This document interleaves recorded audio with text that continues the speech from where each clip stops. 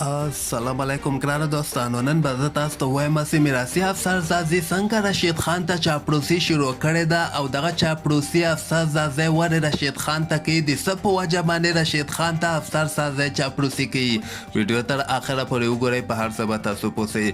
زه به تاسو ته وایم چې د افغانستان دغه رشید خان چې کوم د نن سبا یو مشهوره لوبغاړی ده او کله کله دی په افغانستان کرکټ بورډ کې ورته دغه سلیکټرانو ته چې کوم لوبغاړی وښیي هماغه ملي ټیم تم راولي. لکه فرید ملک تاسو وګورئ چې بولینګ سپیډ یې 130 نه زیات نه دی، 130 132 او همیشه دی ټکیږي. که تاسو بل خواته وګورئ په نړیوال جام سکواډ کې فرید ملک د افغانستان ټیم کې که هغه لوبې نیدرلینډ سره یي، که هغه لوبې بنګلادیش سره یي، فرید ملک به همیشه د افغانستان په سکواډ کې، حالانکه فرید ملک نه ډېر ښه لوبغاړي سلچنده ښه لوبغاړي په افغانستان کې شته دي او هغوی ته چانس نه ورکول کیږي. چې په دغه کې واضحه مثال بلال سمی د وفادار ممند غوندې لوبغاړی ده او بعضې نور ضیاء الرحمن شریفي غوندې لوبغاړو ته موقع نه ورکول کیږي، فرید ملک ته موقع ورکول کیږي. دا څه وجه ده؟ دا د رشید خان په وجه باندې فرید ملک د افغانستان په سکواډ کې لوبیږي. خو نن سبا به زه تاسو ته وایم چې یو بل میراثي لوبغاړی افسر زازی که تاسو یې پیژنئ، په کال 2015 نړیوال جام کپ کې د ده کارنامې موږ کتلې ولې چې افغانستان یې په شرمو باندې شرمولی و.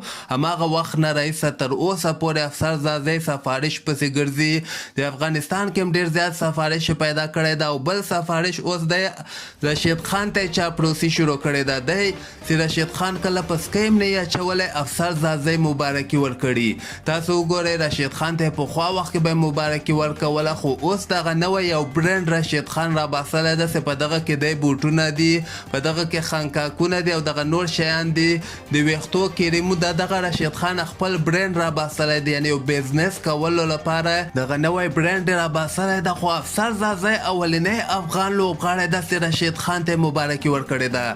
افسر زازی چې څنګه زه تاسو ته وایم چې دی بیخي موقع نه پرېږدي رشید خان ته لمبرې جوړوي چې رشید خان ما سفارش هم افغانستان کرکټ بورډ ته وکړي، یعنې یو سفارش به مې افغانستان کې چې کوم د بل سفارش به مې رشید خان سي.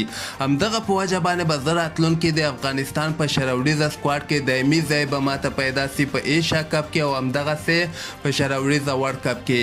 نو تاسو خپل نظر لاندې ما سره په کمنټ کې شریکولی سئ. اصل کې دغسې خلک نه د ما ډېر زیات بدې راځي، دغه خایماران چې کوم دي یا چاپلوسان چې کوم دي چې دغې خپل فایدې لپاره کوم حده پورې دوی ځي، تاسو خپله فکر وکئ. تاسو خپل نظر لاندې ما سره په کمنټ کې شریکولی سئ.